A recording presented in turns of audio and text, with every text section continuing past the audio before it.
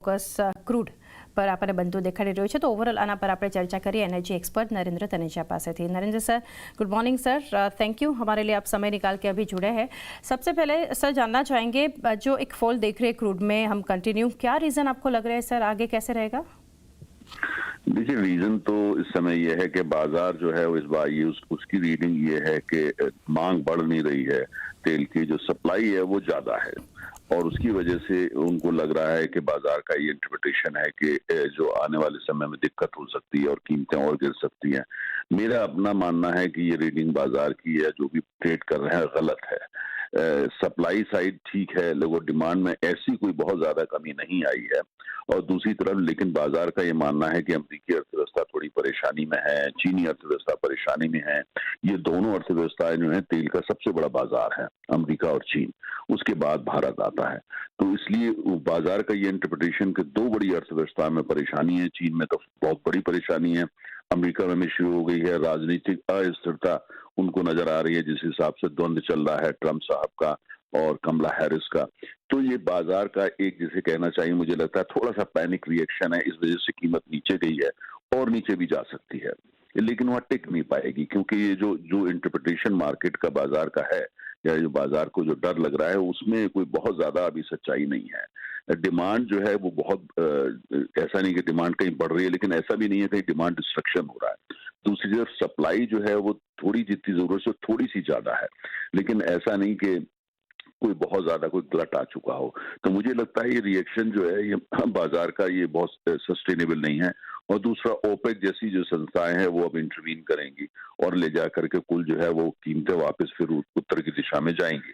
तो ये मुझे लगता है एक टेम्परेरी फेनोमेनन है और इस तरह से पहले भी हुआ है, कोई नई बात नहीं है। तेल के बाजार में कभी कभी ऐसा होता है जब पॉलिटिकल या इकोनॉमिक या डिमांड सप्लाई जो लैंडस्केप होते हैं उसमें इस तरह की जो है घाटियां पैदा हो जाती हैं, वैलीज आ जाती हैं, लेकिन ये यहाँ टिकेगा नहीं। लेकिन अभी फिलहाल $2-3 और नीचे जा सकता है।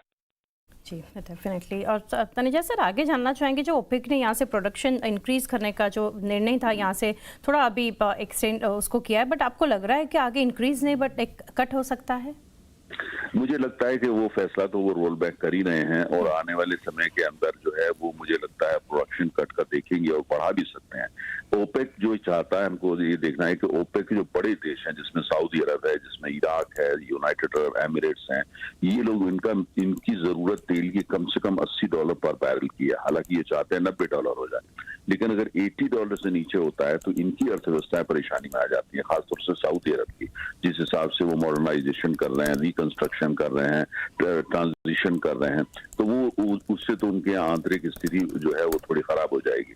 तो इसलिए, और रूस जो है वो बहुत बड़ा, आप जानते हैं कि वो ओपेक प्लस, रशिया बहुत बड़ा एक्सपोर्टर है, रशिया को मार्केट में डिस्काउंट देना पड़ता है क्योंकि उसके लिए सबसे बड़े बाजार चीन और भारत है और दोनों को डिस्काउंटेड उस पर मिलता है। तो मुझे लगता है कि ये उनके लिए भी बहुत ज्यादा सस्टेनेबल नहीं है।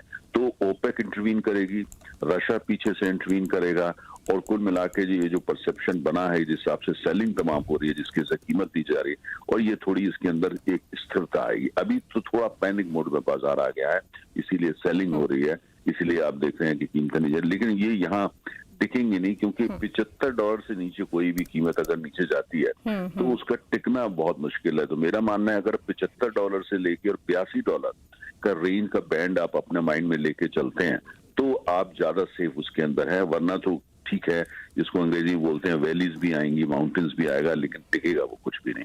75 से 82 का जो है वो आज के जो फंडामेंटल्स हैं वो डिमांड सप्लाई के हों या जियोपॉलिटिकल हैं, वो थोड़ा ज्यादा मुझे सस्टेनेबल नजर आता है। आज की जो प्राइस है ये सस्टेनेबल नहीं है, ये उत्तर की दिशा में वापस जाएगी। जी डेफिनेटली। तनेजा सर, लास्टली जानना चाहेंगे, जैसे चाइना और यूएस के नंबर्स और डेटा हमारे सामने जैसे आते हैं हम देख रहे हैं, आपको लग रहा है नियर टर्म डिमांड बढ़ेगी? और बिकॉज नॉर्थ अमेरिका में एक विंटर में भी डिमांड बढ़ती हम देख रहे हैं, आप कैसे व्यू देंगे आपका?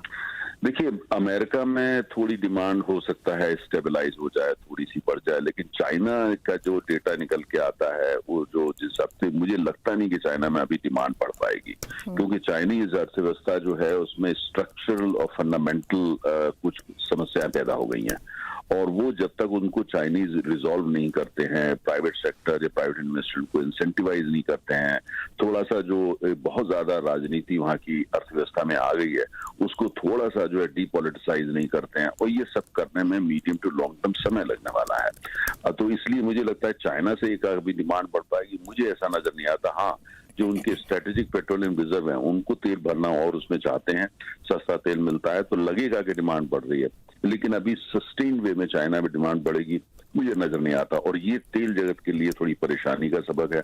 और इसीलिए कीमतें जो बहुत ऊपर चली जाएं कि भाई 90 पहुंच जाए 100, वो नहीं हो पाएगा, क्योंकि चाइना जो बहुत बड़ा आयातक है, दुनिया का सबसे बड़ा आयातक है, वहां की अर्थव्यवस्था में परेशानी होगी, तेल की कीमतें भी वो रिफ्लेक्ट करेगा। तो मुझे लगता है चाइना बाजार के लिए बहुत बड़ा सरदर्द, और ये बहुत बड़ा कारण है चाइना की जो वहाँ कीमतें जो है वो नीचे जा रही हैं।